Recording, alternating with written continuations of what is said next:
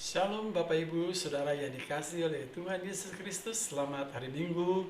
Tuhan Yesus memberkati Bapak, Ibu, serta saudara-saudara sekalian, khususnya jemaat saya, Gereja Kalam Kudus Bekasi, dan Kalam Kudus Kelapa Gading. Shalom, selamat hari Minggu. Saudaraku yang kasih, mari kita sebelum mendengarkan firman Tuhan ini, terlebih dahulu kita tundukkan kepala, kita berdoa.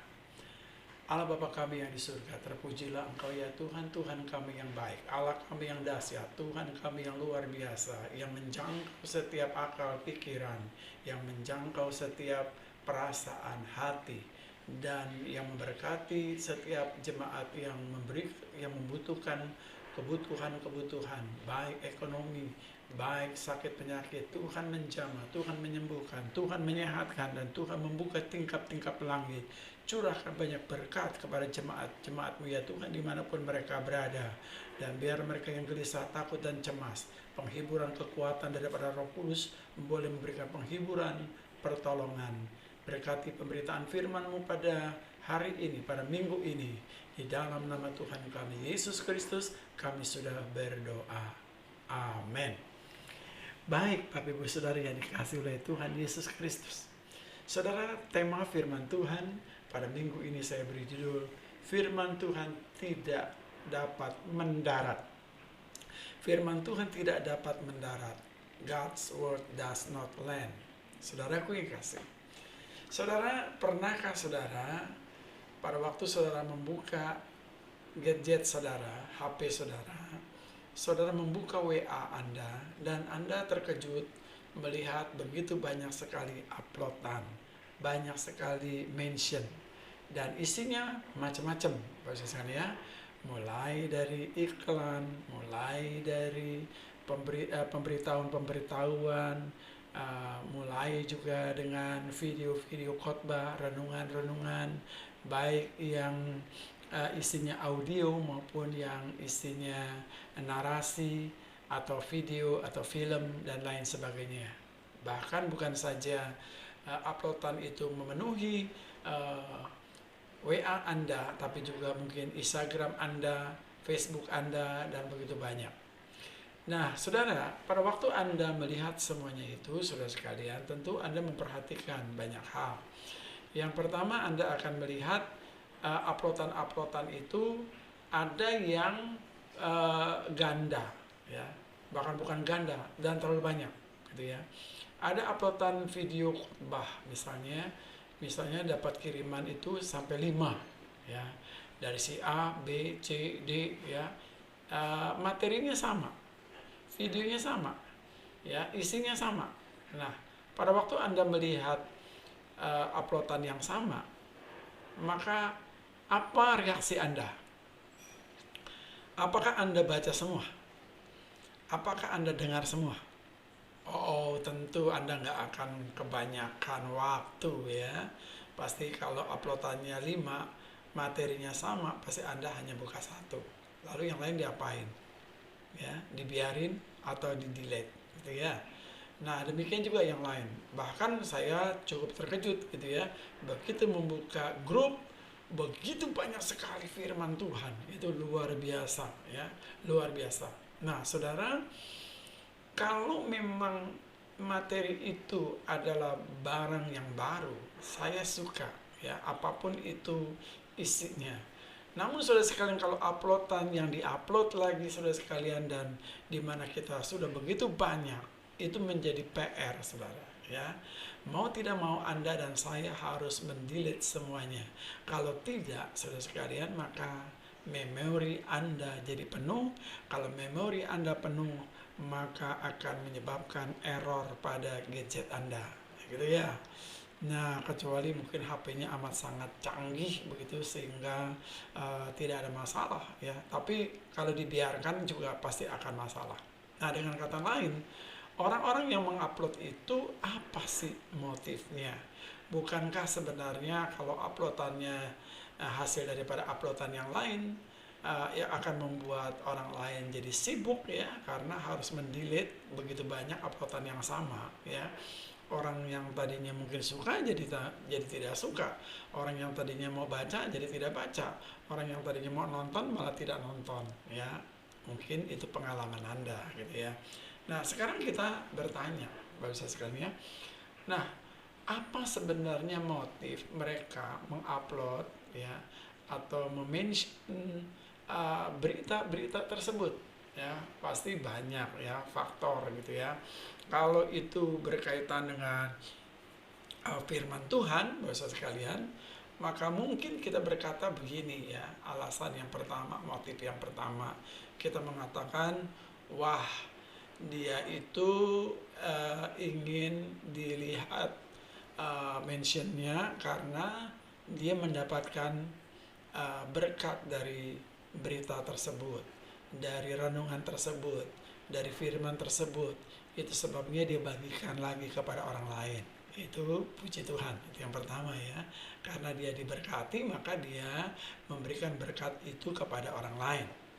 Tapi ada juga yang mengatakan bahwa uploadan itu dikarenakan apa? Motifnya apa? Supaya mendapat like, supaya mendapat perhatian. Lalu ada lagi mengatakan uploadan itu adalah supaya dia tetap eksis di dalam dunia medsos, ya, tetap diperhitungkan, tetap diperhatikan, dan tetap ada di sana, gitu ya. Nah, ada juga saudara sekalian orang yang mengupload sesuatu, apakah itu firman Tuhan ataukah itu video, dia sama sekali tidak membaca, sama sekali tidak nonton, sama sekali tidak tahu isinya apa. Pokoknya diupload, gitu ya. Pokoknya diupload. Nah, saudara, kalau itu adalah firman Tuhan yang diupload, gitu ya, untuk orang lain, sementara firman itu tidak nyangkut pada dia. Firman Tuhan itu tidak mengubah apa-apa kepada dia. Firman Tuhan itu tidak menjadi berkat bagi dia.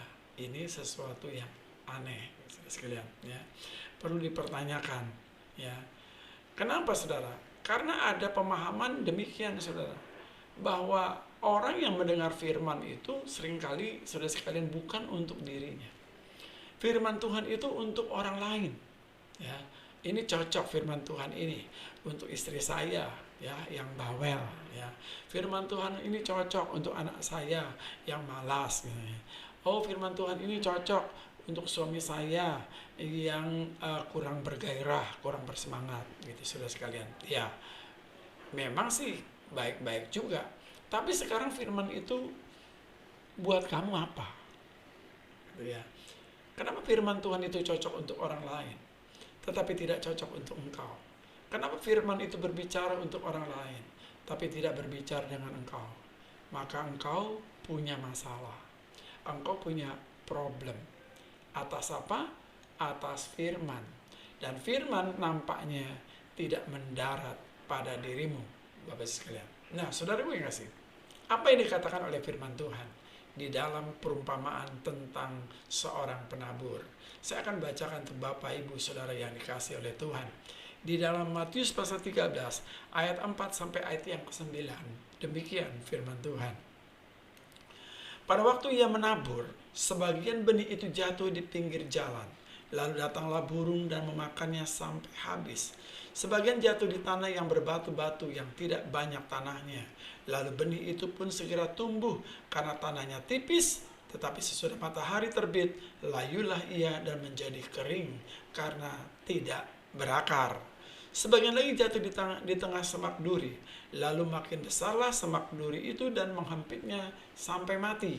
Dan kemudian yang terakhir, dan sebagian jatuh di tanah yang baik lalu berbuah. Ada yang 100 kali lipat, ada yang 40 kali lipat, ada yang 30 kali lipat. Lalu disambung dengan pernyataan demikian. Siapa bertelinga, hendaklah ia mendengar. Siapa bertelinga, hendaklah ia mendengar. Nah, saudara kasih, kalau firman itu tidak mendarat, ya, padahal penabur ini saudara sekalian mengatakan apa? Firmannya rata-rata mendarat, ya. Yang pertama mendarat di mana? Di jalan. Jadi benih itu adalah firman. Firman itu dilambangkan sebagai benih, ya. Benih itu digambarkan sebagai firman, ya. Nah, saudara yang kasih, Yang pertama mendarat benih itu, tapi di pinggir jalan. Kemudian datanglah burung, ya, memakannya habis, lalu tamatlah benih itu. Berikutnya dikatakan ada benih katanya yang jatuh di antara batu-batu. Tapi karena tanahnya sedikit dan kemudian datanglah matahari, terbakar, habislah sudah, ya, benih tersebut. Lalu berikutnya ada benih yang jatuh di antara semak-semak, ya, benih yang jatuh di antara semak-semak, dan kemudian semak-semak itu semakin hari semakin besar dan menghempit benih tersebut. Lalu semaknya tumbuh, benihnya mati, ya kan, mendarat juga ya. Lalu yang berikutnya, benih itu mendarat di tanah yang subur, ya. Lalu kemudian bertumbuh dan berbuah. Ada yang 100 kali lipat, ada yang 40 kali lipat, ada yang 30 kali lipat. Luar biasa ya, di tanah yang subur, ya, namun pertumbuhannya beda-beda ya. Ada yang 100, ada yang 40, ada yang 30. Ini gambaran ya dari orang-orang yang mendengar firman, ya, yang baik, ya. Ada yang bertumbuh, ya, ada yang sedikit bertumbuh, ada yang banyak berbuah, ada yang sedikit berbuah. Berarti saudara sekalian tidak sama waktu orang menerima firman itu ya. Jadi ada yang cepat dewasa, ada yang masih tetap bayi. Nah, tadi saya katakan di dalam tema saya, firman Tuhan tidak mendarat. Nah, cerita penabur ini mendarat semua, tapi ada problem-problem dalam mendaratnya. Lalu Anda mungkin bertanya kepada saya, Pak, semua mendarat kok, kenapa Bapak bilang firman Tuhan tidak mendarat? Oh, bisa tidak mendarat. Kenapa? Karena waktu si menabur itu menabur benih, dia tidak memperhitungkan bahwa ada angin yang besar. Jadi seorang penabur itu, penabur benih itu, kalau dia mau menabur, maka harus diperhitungkan. Ya, harus diperhitungkan. Ada angin besar tidak? Lalu tempatnya berbatu tidak? Ada semak duri atau tidak? Dan lain sebagainya. Harusnya di tanah yang subur dan jatuh tepat ya pada sasarannya. Kalau tidak, maka benih itu diterbangkan oleh angin. Dan yang berikutnya, bahwa benih itu tidak jatuh ke tanah, tidak mendarat, adalah karena mungkin saat benih itu ditabur sempat dimakan, diambil oleh burung, gitu ya. Nah, saudara kekasih, jadi tidak mendarat, gitu ya. Nah, ini gambaran dan bagaimana firman Tuhan itu tidak mendarat. Nah, orang-orang Kristen saudara sekalian yang memahami firman itu bukan untuk dirinya, tapi firman itu untuk orang lain, maka ia tidak mengalami pendaratan firman, saudara. Kenapa? Karena firman itu saudara sekalian hanya untuk pengetahuan saja. Firman Tuhan itu hanya untuk berdebat saja. Firman Tuhan itu hanya untuk kosmetik kekristenannya saja. Tetapi spiritualitasnya tidak mengalami pertumbuhan. Bahkan kecenderungan spiritualnya mengalami kemunduran. Bahkan ada orang yang mendengar firman, ia tidak mengalami pertobatan. Ada orang yang mendengar firman, tapi tidak diselamatkan. Why? Kenapa Bapak Saudara sekalian? Ini seperti nubuat daripada Nabi Yesaya. Matius 13 ayat 14 sampai 15a, saya akan bacakan demikian. Maka pada mereka genaplah nubuat Yesaya yang berbunyi, kamu akan mendengar dan mendengar, namun tidak mengerti. Kamu akan melihat dan melihat, namun tidak menganggap. Sebab hati bangsa ini telah menebal, dan telinganya berat mendengar, dan matanya melekat tertutup. Melihat tapi tidak melihat, mendengar tapi tidak mendengar. Kenapa? Telinganya berat, sehingga firman tidak mengubah hidupnya, sehingga firman tidak bereaksi pada dirinya. Bukan firman tidak berkuasa, bukan firman itu tidak hebat luar biasa, tapi karena dia mengeraskan hatinya. Nah, saudara, ada yang mengatakan, firman mengatakan bahwa menghujat Roh Kudus adalah orang yang tidak dapat diselamatkan. Nah, saudara sekalian, apa maksud kata menghujat Roh Kudus itu, saudara sekalian ya? Menghujat Roh Kudus dalam bahasa Yunani blasphemia. Blasphemia yang artinya meremehkan.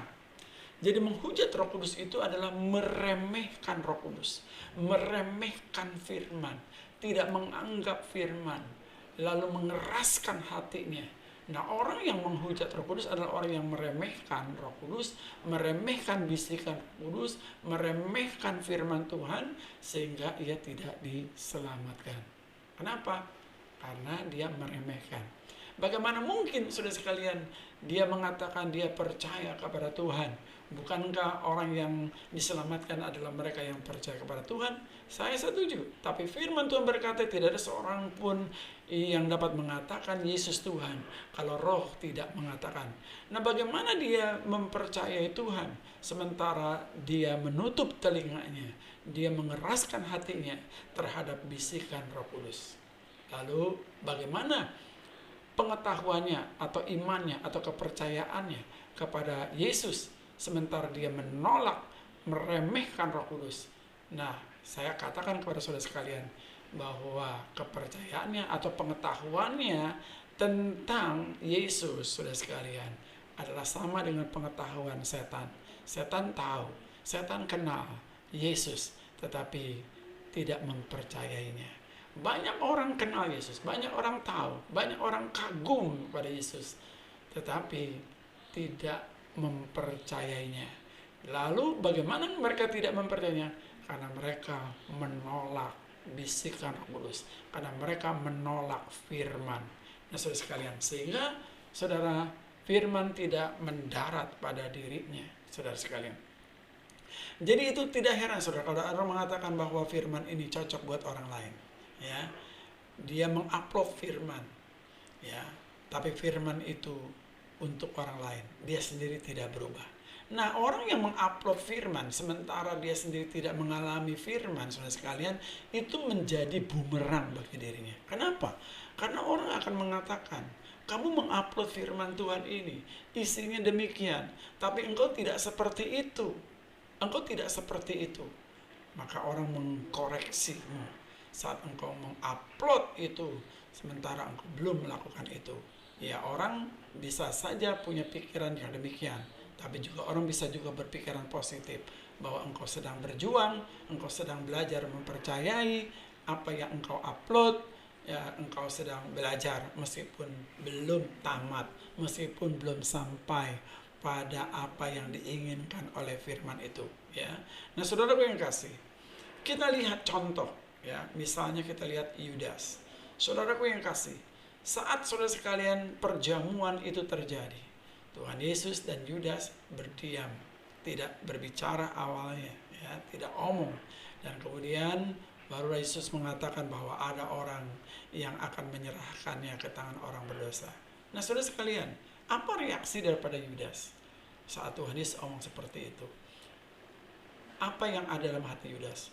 Dan bukankah Roh Kudus juga terus menegurnya, berbicara kepada dia bahwa engkau telah melakukan kesalahan total, engkau telah melakukan perbuatan yang tidak terpuji, bahwa gurumu sendiri, Tuhanmu sendiri, engkau jual.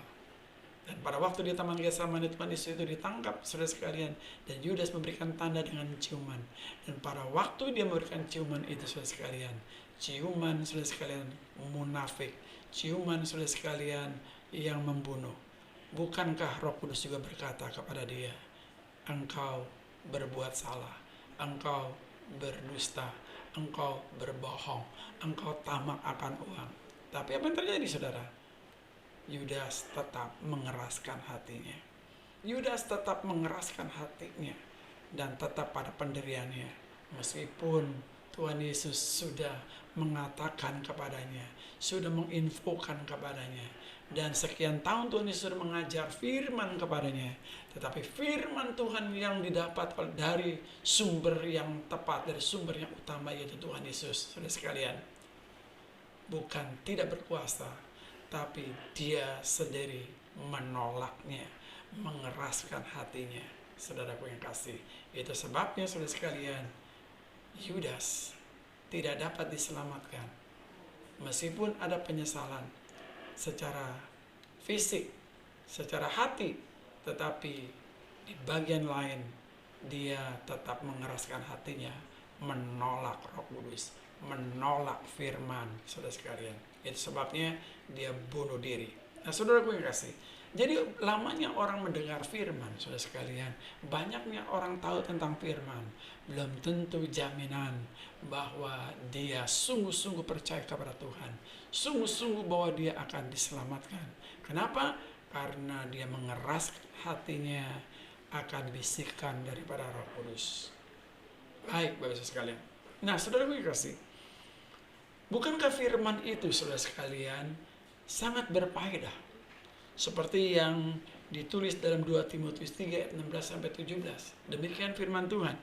Segala tulisan yang diilhamkan Allah memang bermanfaat untuk mengajar, untuk menyatakan kesalahan, untuk memperbaiki kelakuan, dan untuk mendidik orang di dalam kebenaran. Dengan demikian, tiap-tiap manusia kepunyaan Allah diperlengkapi untuk setiap perbuatan yang baik.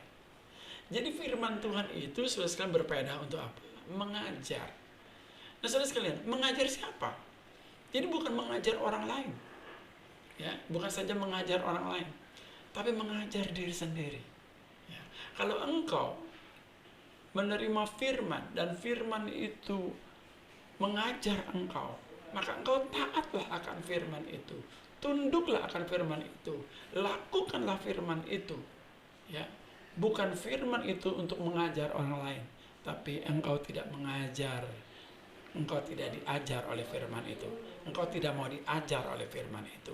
Berikutnya firman Tuhan berkata, firman Tuhan ini berfaedah untuk apa? Menyatakan kesalahan. Wow, kita pintar sekali melihat kesalahan-kesalahan orang lain, ya kan? Kesalahan orang lain. Tapi firman ini tidak membuat kita sadar bahwa kita punya kesalahan. Harusnya firman, saudara sekalian, yang kita baca, yang kita dengar, harusnya saudara sekalian menyatakan kesalahan-kesalahan kita, menelanjangi diri kita, betapa kita adalah seorang pendosa yang harus bertobat, yang harus segera menerima Yesus sebagai Tuhan dan Juru Selamat. Tetapi kita tidak ada penyesalan, ya, tidak ada penyesalan. Terus menerus jatuh di dalam kesalahan demi kesalahan, tidak ada penyesalan. Saya percaya bahwa orang yang sudah percaya kepada Tuhan, orang yang diselamatkan oleh Tuhan, bukan berarti tidak jatuh lagi dalam dosa. Saya percaya bisa jatuh dalam dosa, tetapi saudara bedanya apa? Muncul saudara sekalian penyesalan. Tapi orang-orang yang tidak diselamatkan ini tidak ada penyesalan. Pada waktu dia salah, pada waktu dia berbuat dosa, dia tidak merasa berdosa. Dia tidak merasa perlu ada penyesalan. Firman Tuhan untuk orang lain dan tidak membuat dia menyesal. Inilah firman Tuhan tidak mendarat pada dirinya. Berikutnya, firman Tuhan itu berfaedah untuk memperbaiki kelakuan. Nah, saudara, orang-orang saudara sekalian yang mendengar firman itu, saudara sekalian, harus mengalami perubahan dalam hidupnya. Dulu saya seperti apa? Ya, sekarang mestinya harus terjadi sesuatu yang berubah. Paulus yang dulu adalah seorang pembunuh dan sekarang dia adalah orang yang siap dibunuh, saudara. Dulu dia adalah orang yang tidak bisa memaafkan orang lain. Sekarang dia adalah orang yang bisa memaafkan orang lain. Dulu dia tidak penuh dengan kasih, dia kejam. Dan sekarang dia mengalami hati yang begitu luar biasa, Bapak sekalian. Sampai ia pergi memberitakan Injil, disiksa, didera, masuk penjara dan sebagainya. Karena kasihnya terhadap jiwa-jiwa yang perlu diselamatkan. Itulah orang, saudara sekalian, mendengar firman. Dan firman itu mampu memperbaiki kelakuan. Saudara, kalau kita mengatakan kita tahu firman, tetapi kelakuan kita tidak berubah, ya masih seperti dulu, penuh dengan emosi, penuh dengan marah, penuh dengan dendam, ya penuh dengan kebencian, menyimpan kesalahan orang lain, melupakan kebaikan orang lain, kelakuan kita buruk, kata-kata kita kasar, saudara sekalian, firman belum mendarat pada Anda. Kalau firman mendarat pada Anda, dia akan merestorasi Anda, dia akan mengubah Anda, dan Anda menjadi pribadi yang lebih baik. Firman dapat mengubah Anda menjadi pribadi yang lebih baik. Nah saudara, apakah firman Tuhan yang kita upload itu, saudara sekalian, apakah telah mengubah Anda menjadi orang yang punya perilaku yang lebih baik? Dulu Anda mungkin kasar, dulu Anda adalah orang yang berkata-kata kotor, dulu Anda adalah orang yang tidak bisa menghargai orang lain. Sekarang, apakah tetap sama atau Anda telah mengalami perubahan?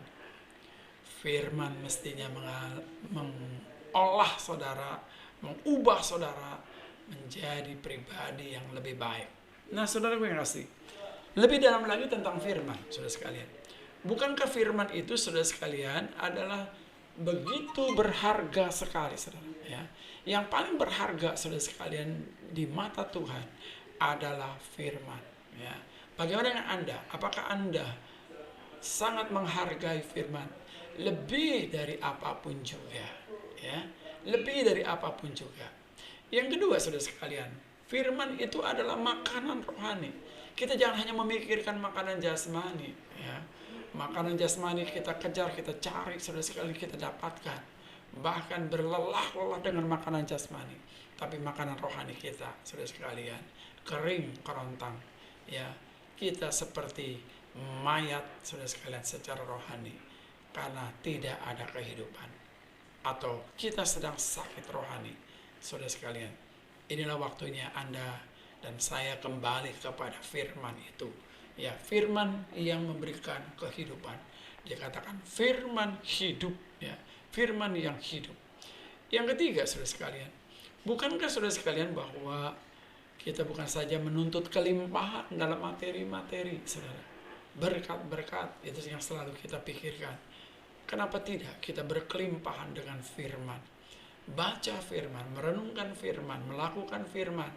Katanya, berbahagialah mereka yang membaca, mendengar, dan melakukan firman. Jadi yang berbahagia itu adalah mereka yang membaca, mendengar, dan melakukan firman, saudara. Berikutnya, bahwa firman itu melahirbarukan. Bagaimana firman itu untuk orang lain? Dan Anda pasti tidak mengalami kelahiran baru. Karena kelahiran baru itu adalah karena firman. Firman yang melahirkan. 1 Petrus 1 ayat 23. Karena kamu telah dilahirkan kembali, bukan dari benih yang fana, tetapi dari benih yang tidak fana, oleh firman Allah yang hidup dan yang kekal. Firman itu melahirkan Anda kembali menjadi baru, saudara. Jadi itulah pentingnya dan kebutuhan kita akan firman. Dia akan melahirkan kembali, membuat Anda menjadi baru. Berikutnya, firman itu adalah pelita, saudara sekalian. Di tengah-tengah dunia yang gelap ini. Dunia ini adalah dunia yang gelap. Kita tidak bisa membedakan mana putih, mana hitam, mana abu-abu. Kenapa demikian, saudara sekalian? Karena kita tidak punya firman.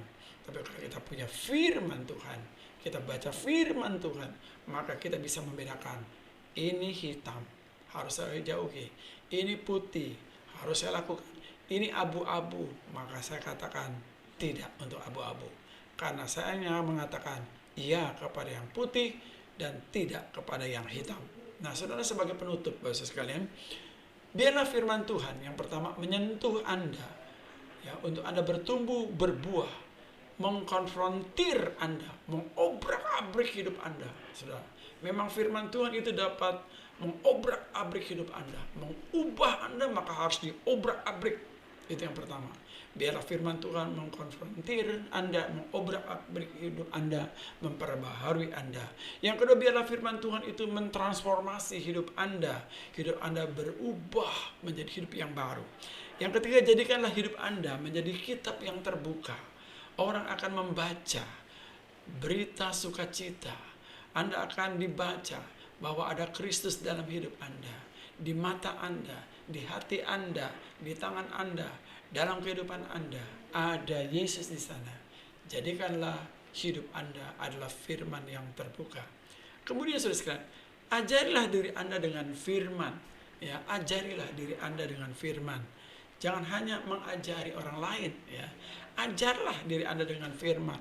Biarlah kita rendah hati dengan firman, agar firman Tuhan itu mengoreksi hidup kita, ya, menolong kita, membantu kita. Dan yang terakhir, biarlah firman Tuhan memperbaiki kelakuan kita. Sebagai orang-orang yang percaya kepada Tuhan, maka kita juga mengalami perilaku yang semakin hari semakin baik. Amin. Mari saudara saya berdoa untuk Bapak Ibu sekalian. Tuhan Allah Bapa kami yang di surga, terpujilah Engkau ya Tuhan. Biarlah kiranya Tuhan Yesus Kristus yang sudah mati di atas kayu salib memberikan pengampunan kepada setiap orang yang percaya kepadanya. Dan Roh Kudus menjamah, mengubah setiap orang agar mereka bertumbuh, agar mereka percaya kepada Kristus. Dan biarlah kami tidak mengeraskan hati kami kepada firman. Kami tidak mengeraskan hati kami kepada bisikan Roh Kudus yang selalu berbisik kepada kami untuk melakukan kebenaran-kebenaran firman.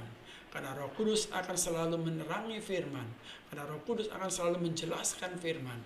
Karena Roh Kudus akan menuntun orang hidup di dalam firman. Tuhan Yesus, terima kasih untuk waktu yang indah ini kami boleh mendengarkan akan firman-Mu. Di dalam nama Tuhan kami Yesus Kristus kami sudah berdoa. Amin. Shalom Bapak Ibu sekalian, selamat hari Minggu. Tuhan Yesus memberkati Bapak Ibu Saudara sekalian. Amin.